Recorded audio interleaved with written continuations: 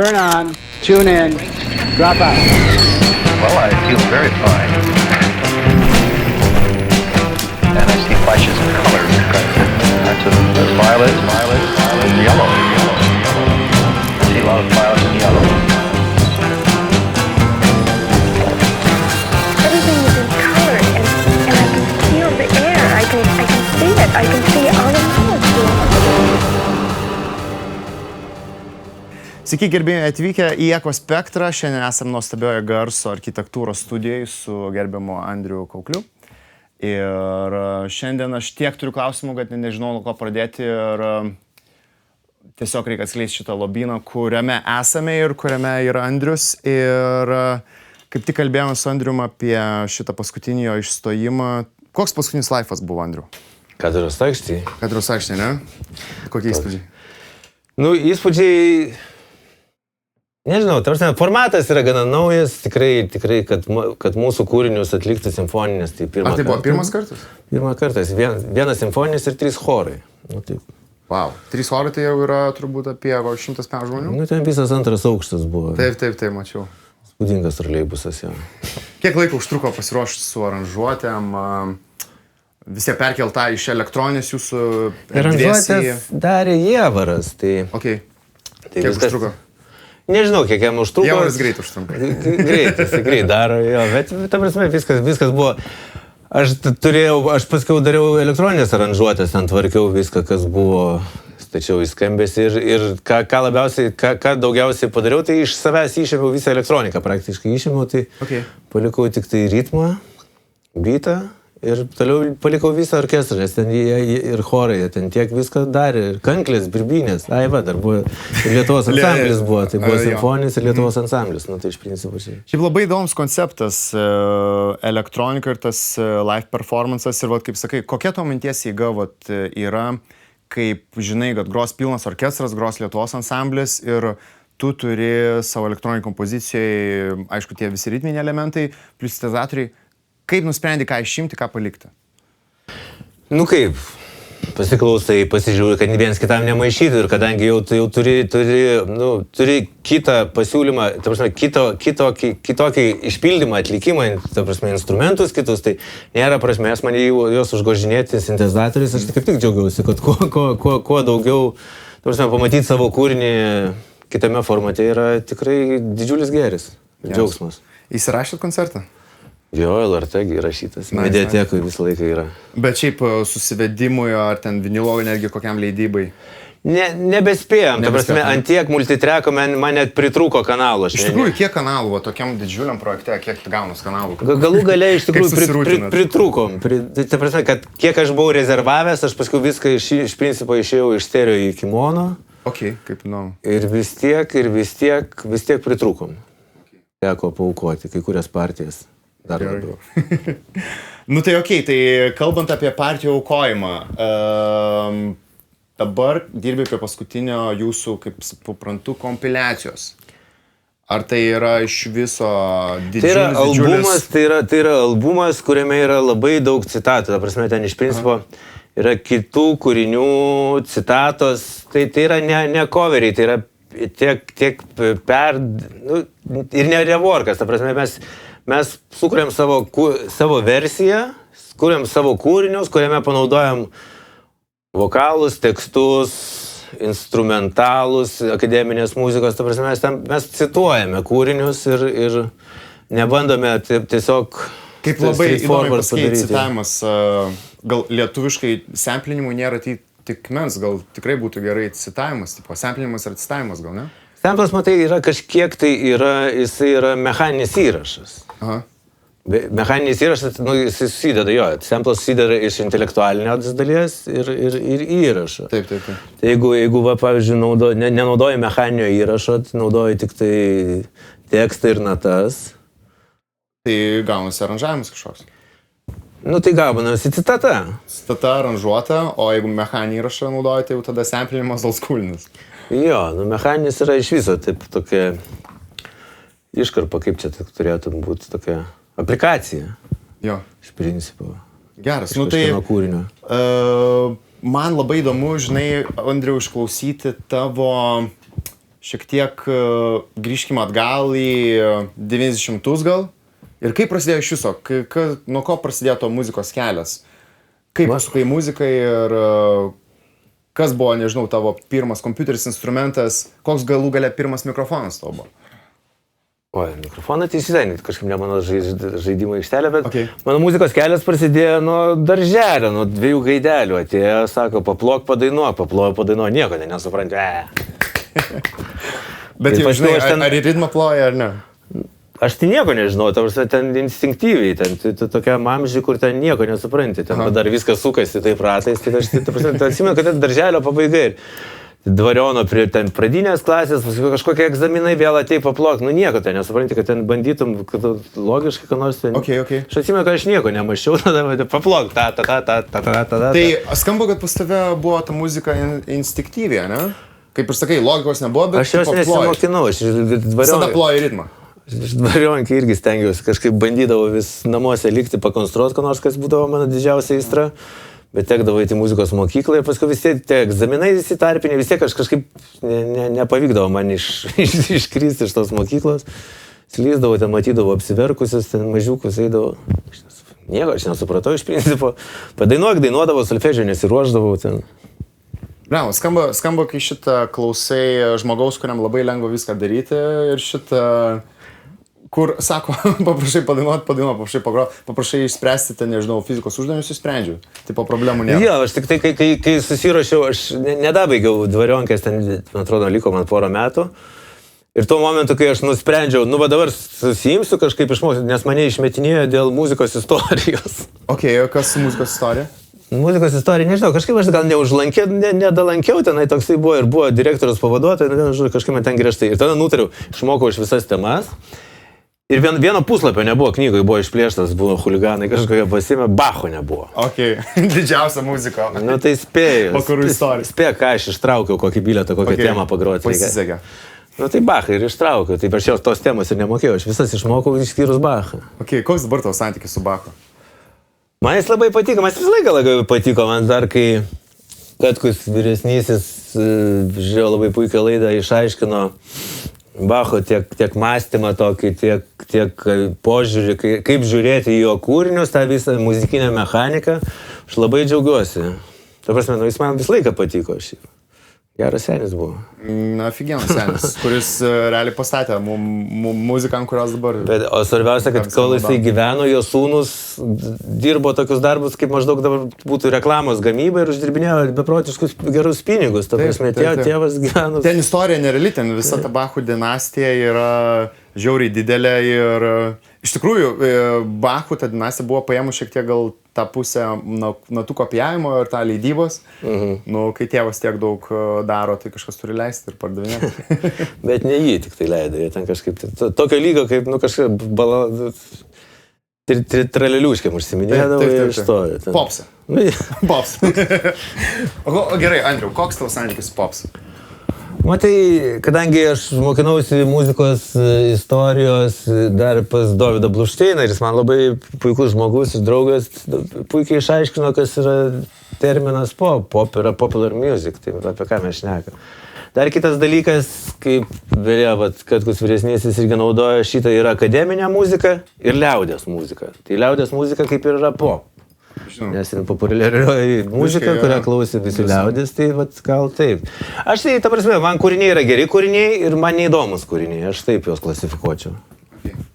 Tai grįžkim tada po mokyklos, tu reik paploji, reik padainuoji, egzaminus išlaikai ir ar tada buvo konstrukcija, kaip ir sakei, tavo buvo pašaukimas, ar buvo konstrukcija, kaip muzika atsirado? Muzika atsirado, aš pradėjau nuo 8.6 PC, kuriame buvo Scream Trackeris, kuris buvo ne grafiniu režimu, turbūt nematėkit tokių dalykų, kur tekstiniais kvadratukais 4 takai. Matrica. Jo, galima taip sakyti, prasme, tai atrodo, taip, SCI režimu nupieštas interfejsas, 4 kanalai. Ir that's it. Ir nuo to, ir pirmas gabalas buvo, aš perdariau skuterio hypo 11-okam kaip tik reikėjo, kad mokytojus vardintų, tai ten buvo, kaip vardina didžėjus, taip aš perdariau iš karto, kad vardintų mokytojus. Wow! Wow. Tai vat mano pirmas toksai gal viešas elektroninis kūrinys. O šiaip tai kažkaip tėvas vietoj kažkaip nupirko kompą. Labai pykau, kodėl ne mašina, kam to kompo reikia. Ir pianino nenorėjau, aš irgi, nelabai aš norėjau tos muzikos daryti. Bet jo, ir paskui dėjau aš savo muziką, dar Lietuvoje nebuvo interneto, dėjau į Fidonetą. Fidonetas buvo toks tinklas. Okay, čia kažkoks darknetas? Ne, čia viskas prieš internetą. Buvo mėgėjiškas tinklas, Fidonet vadinasi, viskas taip prisijungi, su modemu 2400 BPS, BPS, bitų per sekundę, ten, kur tu girdi visą, kaip duomenys vaikšto. Dabar čia kosmiškai lėtai, čia tokios reikia palyginus su dabartiniu internetu. Taip, ir įlendi į serverį, viskas tekstiniam režime, vieni failai, parsisinti kažkokias dainas, įkrauni savo dainas, sukuri folderį, kiti įlenda irgi parsisinti ir taip namuose užsikrauni tą gabalą per Scream Trackerį arba Fast Trackeris jau buvo gal grafinių režimų, sekanti programa. Ir čia dar nebuvo Windows'ų, čia gal 3.1, ne, čia dar nebuvo 3.1 Windows, 3.11. Vienu žodžiu. Žodžiu, laukiniai laikai, kai ir tos įrangos turbūt iš kur vežti, Lietuvos nėra, ten... Jo, ten būdavo samplai, tu siuntiesi kūrinius, lupi samplus, nes jisai būdavo paremtas sampleriu, iš principo. Tai žodžiu, samplų library. Ne, tu turi vieną. Ir tada vieną tikroji, iš kitų gabalų rypinių jos išsiemi, ten būdavo galima, kaip ir gabalas būtų kaip open source, nes tu galėdavai išsimti samplus, pasižiūrėti, kokios natos sugrotos, kaip pauzės panaudotos, kaip die. Okay. Tai buvo toksai, šiaip open source, nes iš tikrųjų formatas, dabar sumašiau taip. Open source. Tai pirmas tavo gabalas viešas, kaip ir sakai, buvo Scooterio remake'as. Ir ar tada gal prisimeni savo pirmą jau kažkokią kompiliaciją didesnę, ar kelių dainų rinkinį, ar net gal albumas galų gale, kada pirmas išėjo? Aš kažkaip daug dariau gabas, hardcore dariau, paskui drum and bass'as nulėkiau daryti. Kelinti metai čia? Čia noriu prisiminti, kad čia turėtų būti man buvo 96. 96 ir primink, čia viskas vyksta Lietuvoje. Jo, Vilniuje. Tai aš sakyčiau, ganėtinai alternatyva tokia underground'e, ane? Jo. 96 metais aš pagalvoju, ar aš... Man tada buvo labai dar mažai metų, bet tikrai niekur labai neišgirstum drum and basso Vilniui 96. Ar išgirstum? Jo, ta prasme, pas mane 22 mokykloje buvo visas klubas padarytas, kad mes grodavom drum and basso, mums atidavė šaudyklą buvusią, kuri buvo užversta, buvo degus ir užversta solais, tai mums užtruko, kol išnešėm iš 5-6 aukšto, viską reikėjo išmešti. Ir mes gavom tokią šaudyklą, didelę erdvę. Ir drum and basso padėjo. Galdavom gabą, drum and bassą, iš 2 kasetinių magų net miksuodavom. Beidavos kūrinys, kartais net dženglą miksuodavau. Wow, eina savo. Tai okei, visgi skamba, kad elektroninė scena nuo pat pradžių buvo ir... Aš pamatai tavo... Aš anksčiau metalą grojau, iš tikrųjų, kai baigiau muzikos mokyklą, grojau metalą. Daug. Buvau metalistas, jo, ir paskui man metalą pakeitė elektronika. Ta sunkioji elektronika man iš tikrųjų pakeitė tą energiją, tą energijos kiekį. Lygiai, aš pamačiau tą patį, kitam formatui. Gal jo, tik tai man labai pradžiugino, kad yra ir linksmų melodijų pagaliau, Maruša buvo.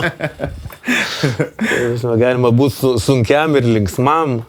Labai įdomu. Tas buvo. Ir... Andriau, tada kaip iš metalo, hardcore ateini į, tarkim, lietuvišką šokį muziką? Tai čia tokia irgi istorija, kaip gali knygą rašyti. Tie kūriniai dėti į Fidonetą, kuriuos siuntėsi kažkas prieidavo, neprieidavo. Ir aš baigiau mokyklą 18 metų, aš tik niekaip nesuprantu dabar, iš kur mano telefonas išdygo, bet man skambutis į laidinį telefoną namo, labas, aš Ignas iš Cell studijos, gal nori dirbti studijoje. Sakau, jo, atvažiavo, mane susirinko, nusivežė į Cell studiją pirmąją. Aš ten 3 naktis pranakvojau, nes aiškinausi laidų, buvo 120 laidų aparatų. Ir taip pradėjau. Tai pirmas skambutis ir iškart į tuo metu bene didžiausio lietuvių pop muzikos artisto studija. Jo, ir man atrodo, tame albume įvyko revoliucija iš viso Lietuvos muzikoje, nes iš visokio formato atsirado hausas. Ta prasme, ant populiarioje muzikoje įsivyravo hausas nuo Egiuko Selguma. Okay. Man atrodo, to ir Cicinas pradėjo ant hauso groti. Nuo iki. Hausas nepaleido nieko. Nu, visus nunešė hausas. Visas. Jūsų įkvėpimas buvo daugiau europietinė pusė ar amerikietiška?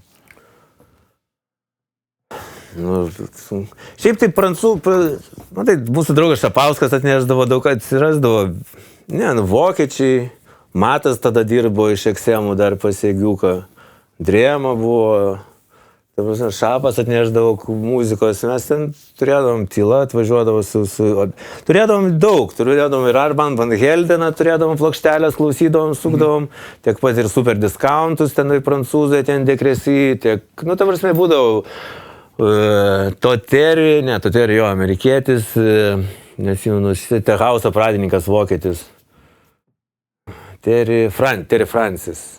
Jeigu aš nepermaišau, ar jis vokietis, bet man atrodo vokietis.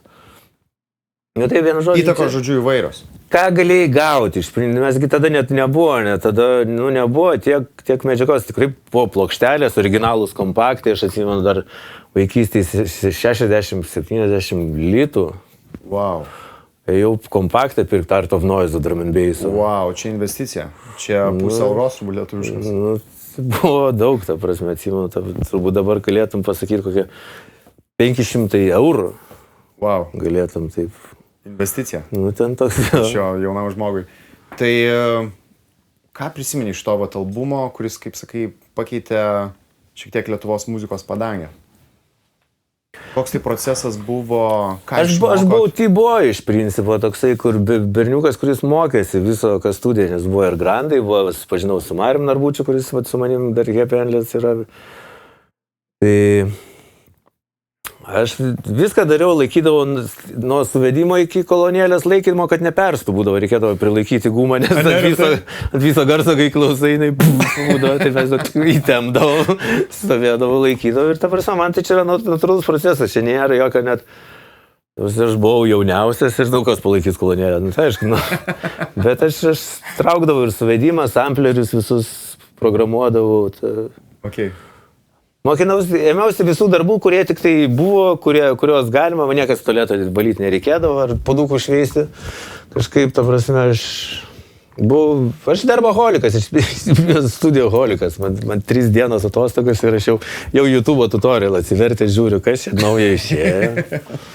Geras, tai tada iš paskutinių tavo tokių gal atradimo YouTube tutorialų, ką esi tokio po 3 dienų atostogų atsivertė, žiūrėjai ir galvoji, wow, koks tavo santykis, pavyzdžiui, su naujais AI-us gadgetais? Aš labai žiūriu, labai man įdomu, aš tą biškį temą dabar buvau, skaičiau nepranešimą, diskusijoje dalyvau, vasaros, šiaurės vasara tokia, bet ten buvo interdisciplininė, su filosofais, su kalbotyra, su menotyrininkais.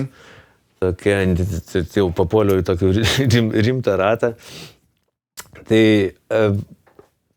yra įrankiai, ta prasme, man blogiausia, liūdniausia ir sudėtingiausia dabar yra industrija. Industrija nebežino, kaip tai monetizuoti, kaip Fake Drake, tas gabalas, kur iš karto Fake Drake padarė, bišas per naktį sukišo tos kūrinius.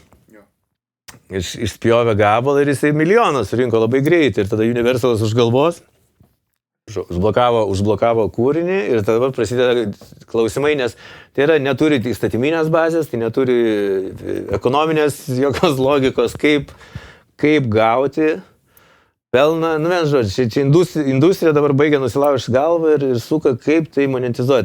Spotify, YouTube'as jau pradėjo atmetinėtos generuotus kūrinius, nes yra printai, kur jau aišku, kad tada aišku yra kitos programos, kad apeitų, bet čia gal su video labiau susiję.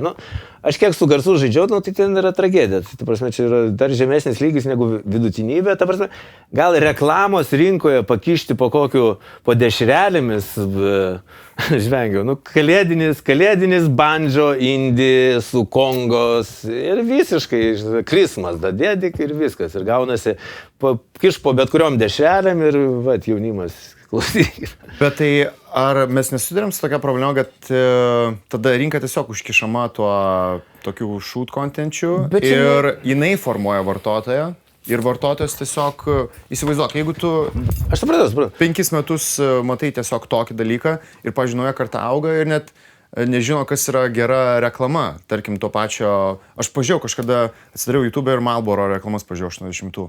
Tu fucking žiūri filmą su nu, ir tokie hukai geri, ir kameros darbas geras, ir nu, visa istorija užpildyta tokia. Ir aišku, yra reklamų su dideliu biudžetu, čia gal biudžeto reikalai, bet taip tęsiant, kokią formuoja tada žiūrovo toks kontentas formuojamas AI-us. Čia toksai dalykas, kad yra, supranti, aš kaip ir ne vieną bangą jau matęs tokią, ypač buvo, kai atpigo kompai, atpigo programos, pradėjo, bet, nu, ta prasme, galėdavai, nu, namuose sukurti su tiesiog kompiuteriu, nebereikia tau samplerių tokių, nereikia sintezatorių, kas, nu, aš dirbdavau Cell Studio, kai pradėjau dirbti, hardas buvo 2 gigabaitai, kas buvo naudojama tik tai vokalų iš principo, viskas grodavo gyvai iš samplerių, iš sintezatorių visas. Stovėdavo MIDI portai didžiuliai, dėl to tų laidų būdavo. Tada atpigo kompai, mes persikeliam in the box, iš šitą viduj. Ir taip, šokių muzika, aš didžiaudavo dabar, kiek, pauzę tokią turiu, tai tokia, kūrybinė, visiškai, taip nunešėme į kūrybą ir į kiną. Tai atsirado kiekis, taip atsirado. Ir pradeda sudėtingiau gal atsikapstyti, bet dėl to išlavėja ausis, aš klausau gabalą, taip 3 dūriai ir aš jau iš skambesio, iš idėjos gali greit suprasti, ar tai yra įdomu, ar tai nauja, ar tai jau girdėta, ar tai copy-pastas, ar tai net iš viso suvedimo nėra. Nu, ta prasme, padoriai skambėtų. Nes iš tikrųjų, geras, ta prasme, ne geras suvedimas, bet įdomumas. Tu gali turėti ir low-fi iš tikrųjų dalykus. Bet ir senas Chicago, tai yra dėl to, ar Detroitas, ir dėl to, kad jie tiesiog turėjo vieną ritmo mašiną visam, jie išsukinėdavo taip, bet yra mintis, yra, nu kažkaip, man atrodo, aišku yra, kada kūrinys yra kokybiškas. Kas tau yra kokybiškas kūrinys? 3 bruožai, tarkim. Kas lemia kūrinio kokybiškumą? Gal kokybiškas, nežinau, ar tai teisingas tas žodis, gal kūrinys įdomus. Okay. Jo. Kas tau muziką daro įdomi? Skambesys visų pirma, man atrodo, papasakoja apie... Pirmas crush man yra visą laiką yra skambesys. Tada pasakojimas, naratyvas visas, detalės. Turbūt jo, čia tokia viską, kas daro muziką įdomią. Jo. Ir gal labai gražiai galim pereiti prie įdomaus tavo takelio, kuris atidarytas ir jo pasiklausyta. Galim, užsimesti. Galima, ne? Aišku.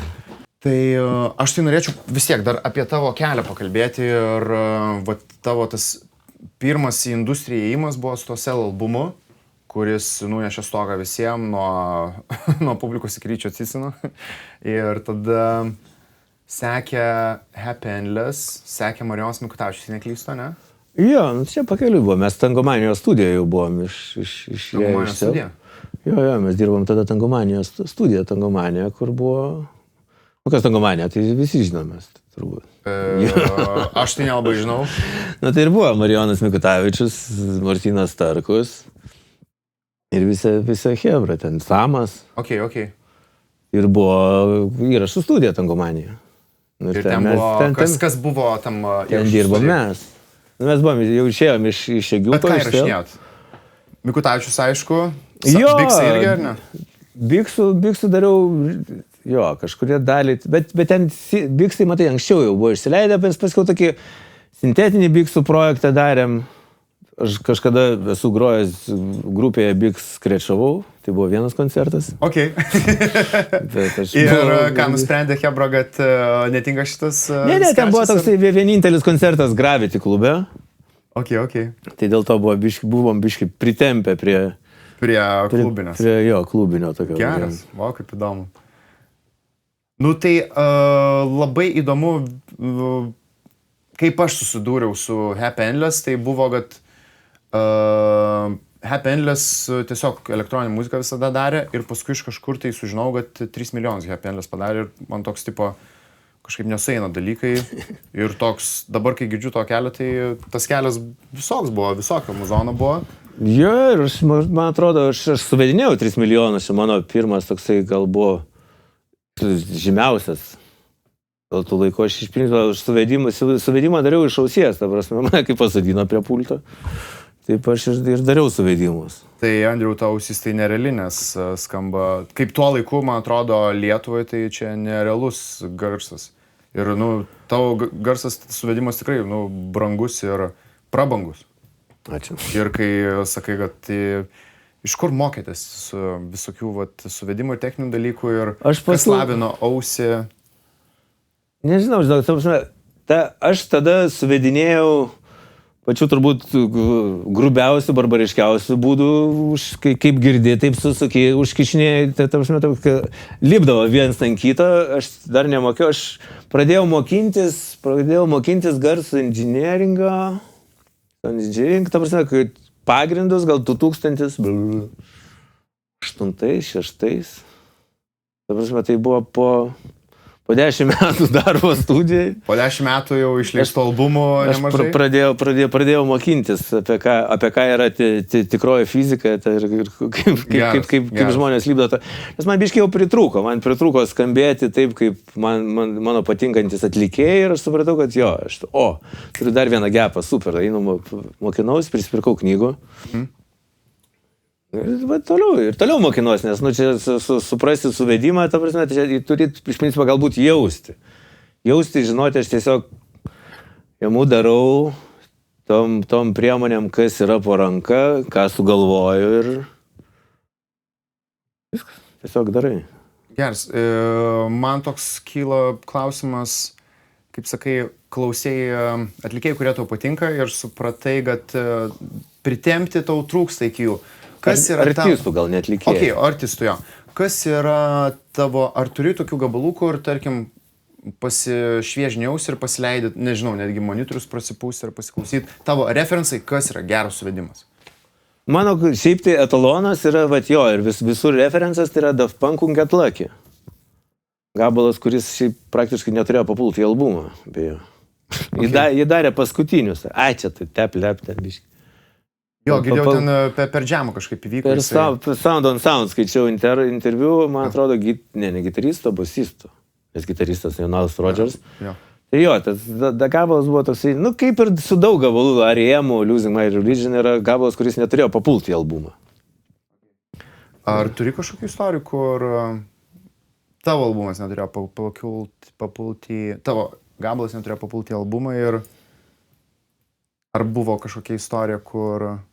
Beje, 3 milijonai, kai įrašėme, ten padarėm, jau uždėjau bitą, visas maršas eina, opera dainuoja, drumsai, dar neturėjom, semplų tokių kompaktų nebuvo, sudarėm iš ko. Tai radio stoties, radio centras, beje, man atrodo, ir dar kelios radio stotis sakė, ne, čia šūdas, čia negabalas, sako, tokio nieks negros, iš viso, nesąmonė čia padarė. Tai buvo nuvertinti 3 milijonai iš pradžių. Bet tai buvo, man atrodo, 3 milijonų pats gazas Atėnų olimpinės žaidynės, 2004, ne? Jo, olimpinės žaidynės. Ir čia buvo specialiai tam padaryta, ar čia netyčia gavosi? Tai daryta buvo sportui. Sportui, taip. Okay. Bet kad jisai pataps tokiu veidu ir laimėjimo simboliu, čia buvo tiesiog suportas Lietuvos komandai, toksai... Sutapimas. Tam laiku Marijonas vis tiek labai mėgsta sportą ir ten Toksai, padarom dainą, ten, man atrodo, ir Tangomanė dar transliavo, Tangomanė užsiminėjo tom olimpiadą. Okay. Tai čia kaip ir reikėjo gabalą, tai čia jisai toksai buvo. Proginis gabalas, kuris visiškai... Tiesiog jo buvo lengvam, ar čia biškit, taip, pasileisim. Ok, tai labai gražiai pereinam į kūrybą. Tarkim, kaip to kūryba vyksta? Čia buvo pavyzdys, kai turėjot aiškę žinutę, reikėjo ištransliuoti, aiškę emociją. Ar tu kuri, turėdamas galvoj kažkokią aiškę emociją, ar tu ją pasigauni iš garsų? Koks tavo kūrybinis procesas? Taip, viskas taip ir kai buvo ankstyvoji kūryba, ankstyvesnė, viskas kabindavosi, pasąmonė dirbdavo gal dar daugiau, nes viskas kabindavosi tarp garsų, čia turbūt džemas eksperimentas buvo toksai pagrindas. Dabar aš dažnai turiu idėją, aš kaip anksčiau skaitydavau knygas. It just sounds in my head. Sakau, seni, ką tu čia dabar? Dabar aš ateinu studiją ir taip jau yra, arba žinai, nuo ko maždaug užsikabinsi, tada pradedi konstruoti kažkokį tai slinkti, ar garsą, ar idėją tiesiog ir paskui nusineša viskas. Okay. Ir šiaip labai įdomi tema, kur, man atrodo, šiandien mes nespėsime apie pakalbėti, bet Andriau, tu dirbi ne tik su muzikos kūryba, bet ir dirbi audio postprodukcijai su filmais, filmų įgarsinimu, šiaip garsu. Visų, ką girdim turbūt per ekraną, per teliką. Jo, turbūt aš tik tai aikštelį nedalyvauju. Jo, viskas, ką mes išgirstam ekrane, tai tavo ranka paskutinė yra, kuri paliečia tą garsą. Yra kompozitoriaus, kur tik tai mūsų siaubo filmas. Jono Trukano Rūpintojėlis yra, mano kompozitoriaus kaip ir debiutas kino. Jo, fantastiškas filmas ir šitą teko net žiūrėti kino teatre. Tai, fantastiškai ir kokybiškai padaryta, ir emocija labai gera, ir šiaip lietuviškas tas kinas mielas širdžiai. Aš mačiau, kaip jisai skamba ispaniškai. El muerte, ta prasme. Jūs darėte vertimą? Ne, pasidarė Pietų Amerikoje, jisai Meksikoje ir Brazilijoje. Meksikoje buvo, jeigu nemaišau, Brazilija ir Meksika. Ne, Brazilija ir Portugalų, tai ispaniškai. Tai tada vienžodžiu buvo Meksikoje 50 kino teatrų. Ok, wow, koks dvi šalis ir Peru, man atrodo, tai jisai pasileido į gyvenimą, kai įgavo rankas prodiuserio, kuris iš tikrųjų pasaulyje dirba pasaulį, tas filmas taip įsibėgėjo, ten 18 festivalių ten. Wow, bravo. Tai visur gali pažiūrėti. Sky, Rai, Amerikoje, tas Screambox'e.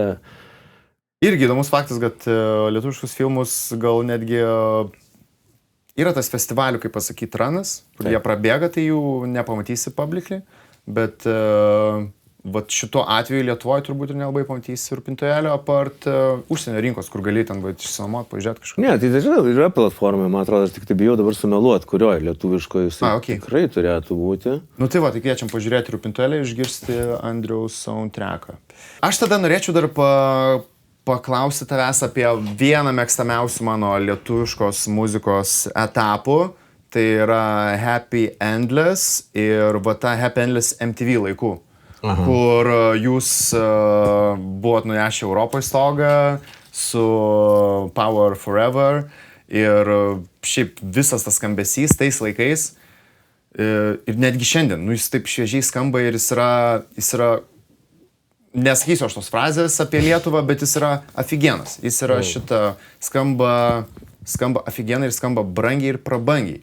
Tai kaip jums pavyko tą pasiekti? Gal ir garso inžinierius padarė ir gal, bet jau turinys buvo, toks jau mes nereikėjo gelbėti nieko. Jo, iš tikrųjų Gatis, mūsų garso inžinierius irgi buvo labai nuostabus ir ten aparatūra, tai ten iš tikrųjų mokai pinigus ir eina tau garsas, bet žinai, kas yra geležis be žmogaus? That's it, tai, žinai, mes kažkaip turėjom labai puikų tada laiką tokį, kad mes lygdom tik tai ties, nes nebegali spręsti, ta informacija jau tiek, esi per prisiklausęs smegenis, mes tik tai tokį emocinį balansą laikydom, kas turi būti garsiau, kas tyliau, o Gatis darydavo viskas tvarkydavo dažniškai ir ta prasme ten tikrai skamba tie leksikonai brangus, geležiniai ir visa kita. Tiesą pasakius, ten tik tai įspūdingiausias dalykas, kad viskas vykdavo per mažų džinelėkus. Pas jos stovėdavo būti didžiulės kolonos, bet ta studija, kai renginėjo Latvių labai žymus akustikas, bet jisai buvo literally šitų operhausų įrengėjas. Jisai buvo gyvos erdvės akustikas. Jisai nebuvo pratęs dirbti su antriniu signalu, kolonėlėm, su visu to. Ir ta patalpa tragiškai neveikia. Tas įsijungi, jos kainuoja 50 000, mačiau, pasiversiam katalogą. Ir jos negrojo. Neįmanoma supras, ką jos groja, ką nori. Mes visus albumus miksam su tais mažiukais 10-3-2. Ne, 10-3-2 tie dideli, 10-30 mažiukai, tie dženelėkai, tai vat, mes jos per juos miksavę esame. Geras, tai koks tavo požiūris yra apie vat, įrangą ir geležį? Kaip sakėjau, labai gera frazė buvo tavo, kad geležis be žmogaus yra tiesiog šalta geležis, bet ar iš tikrųjų vat, po tiek, aš turiu patirties tikrai nemažai, ar įtakoja tą vat, ar galima su bet ko dabar padaryti muziką gerą, ar tau reikia brangių prietaisų? Iš principo reikia girdėti ir turėti smegenis. Smegenis yra tiek informacija, tiek žinios, tiek jausmas. Ir iš principo, man atrodo, dabar gali su ausinėmis už 600 eurų, dar keitiklį, aišku, gerai būtų turėti. Reikia girdėti realybę, kokia jinai yra. Tada turėsi translation tą, kuris reikalingas, kam yra brangi studija, dėl to, kad tavo kūrinys skambėtų lygiai taip pat kažkur kitoje vietoje, mašina, per ausinės, per visur.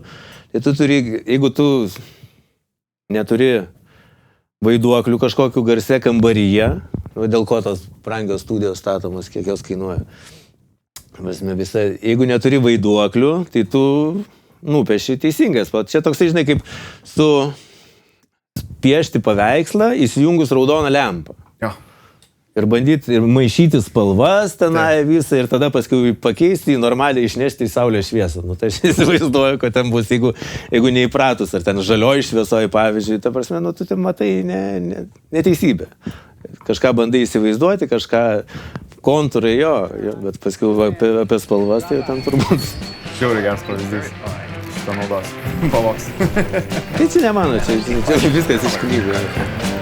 There's violet and yellow. I see a lot of violet and yellow. Everything is in color, and I can feel the air. I can see it. I can see all the molecules. Tai, Andriu, o kam šiandien dabar klausysim?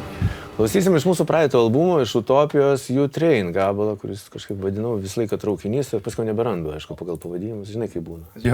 Okay, tai nuo ko prasidėjo šito kūrinio, kas buvo pirminė ta idėja, nuo ko prasidėjo statymas? Aš visą laiką turėjau prieš 2 metus jau šitą temą. Aha.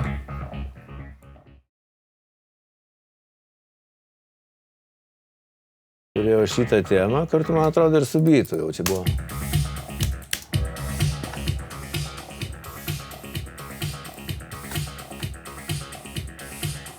Ir šita tema gulėjo pas mane kokius 2 metus stalčiuje. Okay. Ir paskiau... Ir jo, atsirado traukinys. Yeah. Ir tada prasidėjo turbūt paišymas kažkokios tai paveikslo, ne?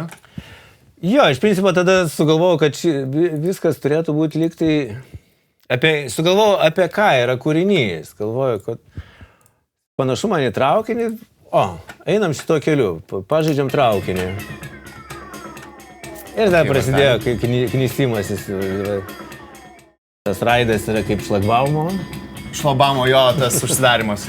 Jo, įspėjimas. Ir jau kažkokia dramaturgija piešiasi. Jo, iškai.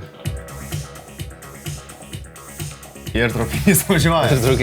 Ir klube jau ant traukinių galima nuvažiuoti kažkur toli. Jo, tada ir nuo to laiko pasidarė labai greitai padarytas, viskas aišku pasidarė. Supratai tą idėją pagrindę, ne? Jo, apsibrėži smėlio dėžę tokią, žinai, kad, dabar naudosiu sustojimai, atvažiavimas. Mes sustojam, kažko laukiam, jo. šitas ne tas. Okay, jo, ką per sintus naudoji? Labai įdomus skambesiai, tokie labai savotiški. Aš kartais panaudoju vietinis. Taip, aš labai mėgstu samplerius. Samplerius, okay. Iš tikrųjų... Abletono pačių samplerius, ne? Ta prasme, sampleris jis yra bedvasios. Ta prasme, aš jį kišu mūgos samplus, kišu kažką tai. Ir darai savo instrumentus? Jo, aš labai mėgstu šitą, ta prasme, savo drum rekus susikonstruoti. Okay. Visi va, eina yra. Čia Luksas Sančiai naudoju tik tai. Čia va vėl visi soja yra čia iš... Jo, ir tokie jie ganėtinai sintai tokie basic. So, triangle, square'ai. Jo, nu, ta prasme, yra bazinis dalykas, iš ko tu darai ir paskiau vis tiek viską. Galim paklausyt, vat yra labai įdomi tekstūra viršutinė, nežinau, iš kur ateina, ar čia drumsai yra, ar... Ai, okei, filtruoti tokie drumsai, fine. Ne, čia rašvėva, mes turim įdį. Taip čia. Irgi jau čia tokie paskanauti, sumesti sampliukai. Nu, aš kažkaip, vat, Ar turi savo mėgstamų, nežinau, kažkokią tai library, ar mėgstamų tipažą, tarkim, drum mašinai, ar tai būtų daugiau gyvo kažkokio procesinimo? Tai visą laiką, man atrodo, priklauso nuo kūrinio, bet šiaip aš neturiu tokio bazinio kažkokio tai įsimylėjimo. Man visą laiką Detroitas patikdavo, gal sunkiausia būdavo pakinkyti. Ką turiu menį pakinkyti? Detroito skambesys pats, Detroit techno, tai yra ritmo mašinų, visi tie užesiai ir... Analogas, ne? Šiek tiek mėgsti gal ir tą nešvarumą, ne? Turbūt samplusą. Jo, nu pas mane nėra tokios ultra chirurgijos. Jo, ultra švaros, man toksai... Kažkada, kai Power Forever išėjo, aš kalbėjau su tokiu miksuotoju iš New Yorko.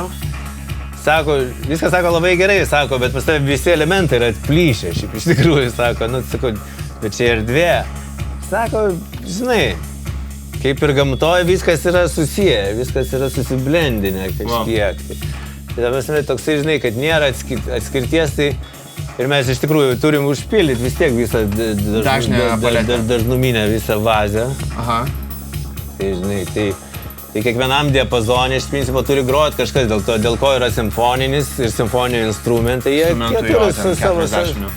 turi savo diapazonus, niekada smuikos negros timpanuose, tai čia ten dėl to tai padarė kažkas suvedimą, aišku. Tai iš tikrųjų šiek tiek ir mokaisi elektroniką daryti iš orkestro skambesio, ne? Realiai elektroninė simfonija gaunasi. Matai, aš kažkaip nelabai klasifikuoju, ta prasme, bet kūriniai yra, kaip ir Reichas. Steve Reich. Jo. Jisai naudoja repetityvumo principą, kas yra šokose, kas yra tribalizmas. Ir viskas tai susiję, atliekama, tik kad atliekama yra instrumentais. Tai... Akustiniais, jau. Ja, ir aš visą vaikystę esu užaugęs muzikos istorijos pamokose. Pragyvenęs, ten kiek praklausęs, ta prasme, tas yra įaugęs žiauriai,